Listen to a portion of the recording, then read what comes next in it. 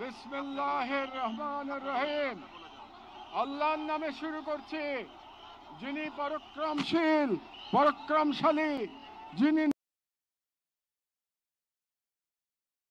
ন্যায় বিচার প্রতিষ্ঠাকারী, যিনি মজলুমের পাশে থাকেন আর জালিমের পরিণতি নির্ধারণ করেন। আজ আমরা বাংলাদেশের জনতা যারা জুলুমের ইতিহাস জানি, প্রতিবাদের চেতনা ধারণ করি, সমবেত হয়েছি গাজার মৃত্যু ভয়হীন জনগণের পাশে দাঁড়াতে।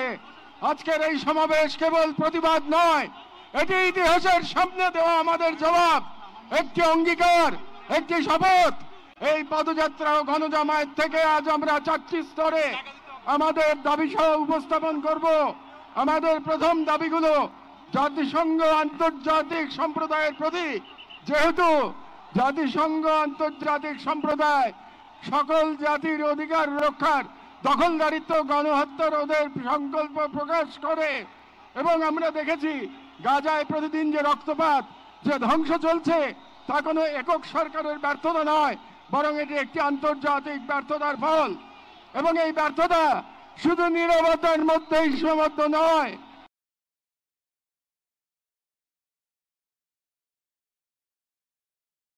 বরং পশ্চিমা শক্তি বলয়ের অনেক রাষ্ট্র সরাসরি দখলদার ইসরায়েলকে অস্ত্র, অর্থ ও কূটনৈতিক সহায়তা দিয়ে এই গণহত্যাকে দীর্ঘস্থায়ী করেছে।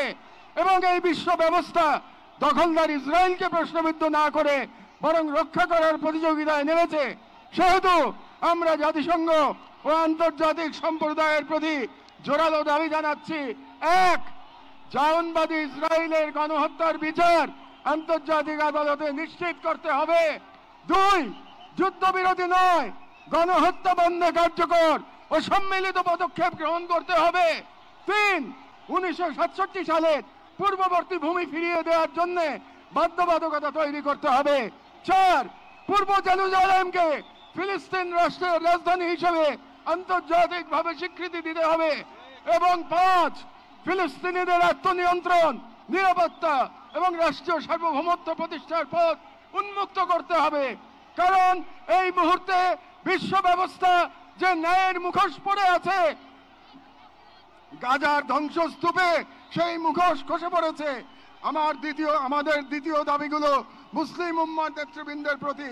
যেহেতু আমরা বিশ্বাস করি ফিলিস্তিন কেবল একটি ভূখণ্ড নয়, এটি মুসলিম উম্মার আত্মপরিচয়ের অংশ, এবং গাজা এখন কেবল একটি যুদ্ধবিধ্বস্ত শহর নয়, এটি আমাদের সম্মিলিত ব্যর্থতার বেদনাদায়ক প্রতিচ্ছবি।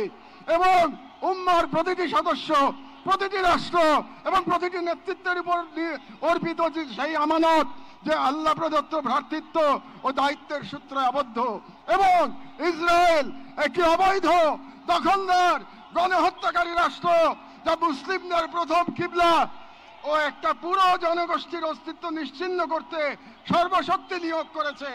এবং ভারতের হিন্দুত্ববাদ আজ এই অঞ্চলে জায়নবাদী প্রকল্পের প্রতিনিধিতে পরিণত হয়েছে, মুসলমানদের বিরুদ্ধে সুপরিকল্পিত দমন নির্যাতন চালিয়ে যাচ্ছে। এবং ভারতের সম্প্রতি ওয়াকফ সম্পত্তি আইনে হস্তক্ষেপের মাধ্যমে মুসলিমদের ধর্মীয় ঐতিহাসিক অধিকার ধারণ করা হয়েছে, যা উম্মার জন্য একটি স্পষ্ট সতর্কবার্তা। সেহেতু আমরা মুসলিম বিশ্বের সরকার ও ওআইসির মতো মুসলিম উম্মার প্রতিনিধিত্বকারী সংগঠনগুলোর নিকট দৃঢ়ভাবে আহ্বান জানাই: 1. ইসরায়েলের সাথে অর্থনৈতিক, সামরিক ও কূটনৈতিক সকল সম্পর্ক অবিলম্বে ছিন্ন করতে হবে। 2.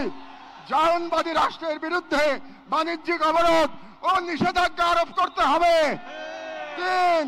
গাজার মুসলিম জনগণের পাশে চিকিৎসা, খাদ্য, আবাসন ও প্রতিরক্ষা সহযোগিতা সহ সর্বাত্মক সহযোগিতা নিয়ে দাঁড়াতে হবে। 4. আন্তর্জাতিক পর্যায়ে ইসরায়েলকে একঘরে করতে সক্রিয় কূটনৈতিক অভিযান শুরু করতে হবে। এবং 5. জায়নবাদের দোসর ভারতের হিন্দুত্ববাদী শাসনের অধীনে মুসলিমদের অধিকার হরণ, বিশেষ করে ওয়াকফ আইনে হস্তক্ষেপের মতো রাষ্ট্রীয় আগ্রাসনের বিরুদ্ধে ওআইসি ও মুসলিম রাষ্ট্রগুলোকে দৃঢ় প্রতিবাদ ও কার্যকর কূটনৈতিক অবস্থান নিতে হবে। কারণ গাজার রক্ত প্রবাহে আমরা লজ্জিত হওয়ার আগেই গাজার পাশে দাঁড়ানোই উম্মার জন্য সম্মানের একমাত্র পথ। এবং যে নেতৃত্ব আজ নীরব, কাল ইতিহাসের কাঠগড়ায় দাঁড়াতে বাধ্য হবে। আমাদের তৃতীয় দাবিগুলি বাংলাদেশ সরকারের প্রতি।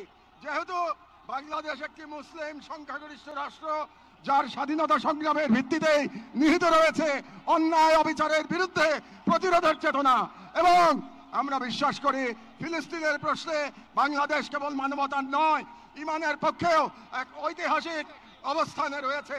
এবং একটি গণতান্ত্রিক রাষ্ট্র হিসেবে সরকারের দায়িত্ব জনগণের ইমানি ও নৈতিক আকাঙ্ক্ষার প্রতি শ্রদ্ধা রাখা।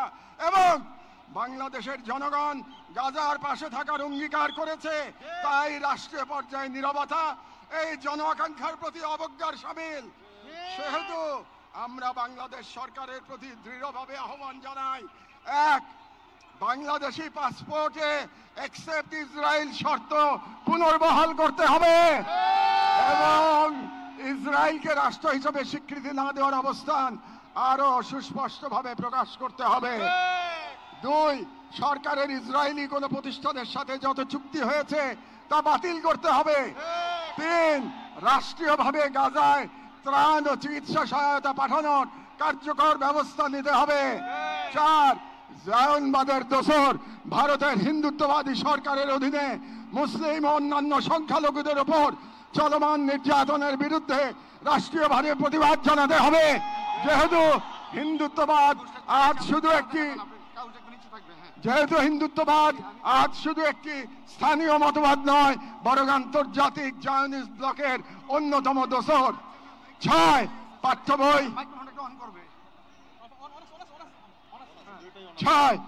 বই ও শিক্ষানীতিতে আল আকসা, ফিলিস্তিন এবং মুসলিমদের সংগ্রামী ইতিহাসকে অন্তর্ভুক্ত করতে হবে, যাতে ভবিষ্যৎ মুসলিম প্রজন্ম নিজেদের ইতিহাস, ঐতিহ্য ও আত্মপরিচয় নিয়ে গড়ে ওঠে। কারণ রাষ্ট্র কেবল সীমানা নয়, রাষ্ট্র এক আমানত, আর এই আমানত রক্ষা করতে না পারলে ইতিহাস আমাদের ক্ষমা করবে না। আমাদের সর্বশেষ দাবিগুলো নিজেদের প্রতি, যা মূলত একটি অঙ্গীকার দাবা। যেহেতু আমরা বিশ্বাস করি আল কুদস কেবল একটি শহর নয়, এটি ইমানের অংশ, এবং আমরা জানি বাইতুল মুকাদ্দাসের মুক্তি অন্য কারো হাতে নয়, আমাদেরই কোনো প্রজন্মের হাতে তা লেখা হবে। এবং আমরা বুঝি জায়নবাদের প্রতিষ্ঠা মূলত আমাদের নিজেদের আত্মবিস্মৃতির ফল, এবং আজ যদি আমরা প্রস্তুত না হই, তাহলে আল্লাহ না করুন কাল আমাদের সন্তানেরা হয়তো এমন এক বাংলাদেশ পাবে যেখানে হিন্দুত্ববাদ ও জায়নবাদ একত্রে নতুন গাজা তৈরি করবে। এবং গাজা আমাদের জন্য এক আয়না। এই মুসলিম ভূখণ্ডের নাগরিক, এই কওমের সন্তান এবং সর্বোপরি মুসলিম উম্মার সদস্য একটি অঙ্গীকার করছি, এক, আমরা সকলে স্বতঃস্ফূর্তভাবে বয়কট করব প্রত্যেক সেই পণ্য, কোম্পানি ও শক্তিকে যারা ইসরায়েলের দখলদারিত্ব টিকিয়ে রাখে। দুই, আমরা আমাদের সমাজ এবং ভবিষ্যৎ প্রজন্মকে প্রস্তুত করব যারা ইসলাম ও মুসলিম উম্মার সকল প্রতীক ও নিদর্শনকে সংরক্ষণ ও পুনরুদ্ধার করবে ইনশাআল্লাহ। তিন, আমরা আমাদের সন্তানদের এমন ভাবে গড়ে তুলব যারা নিজেদের আদর্শ ভূখণ্ড রক্ষায় জান ও মালের সর্বোচ্চ থেকে প্রস্তুত থাকবে। চার, আমরা বিভাজিত হব না, কারণ আমরা জানি বিভক্ত জনগণকে দখল করতে দেরি হয় না। আমরা ঐক্যবদ্ধ থাকবো যাতে এই বাংলাদেশ কখনো কোনো হিন্দুত্ববাদী প্রকল্পের পরবর্তী গাজায় পরিণত না হয়। আমরা শুরু করব নিজেদের ঘর থেকে, ভাষা, ইতিহাস, শিক্ষা, সংস্কৃতি, অর্থনীতি, সমাজ সবখানে এই অঙ্গীকারের ছাপ রেখে।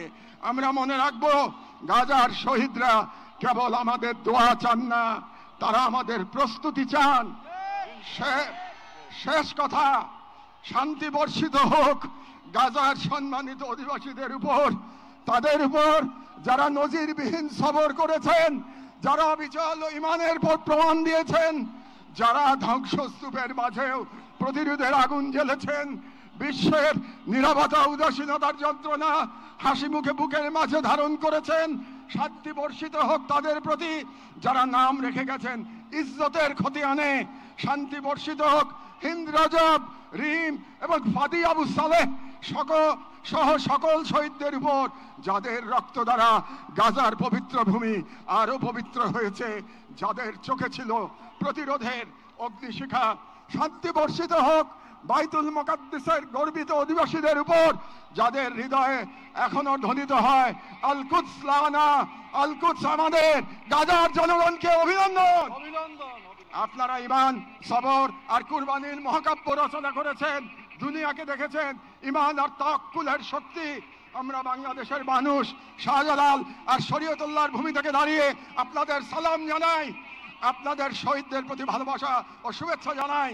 আর আমাদের কণ্ঠে উচ্চারিত হয় এই দোয়া, হে আল্লাহ, গাজার এই সাহসী জনপদকে তুমি সেই পাথর বানিয়ে দাও যার উপর গিয়ে ভেঙে পড়বে চাইনিজদের সব ষড়যন্ত্র।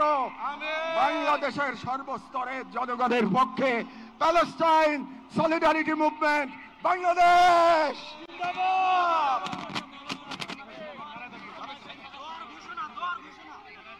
ফিলিস্তিন, ফিলিস্তিন।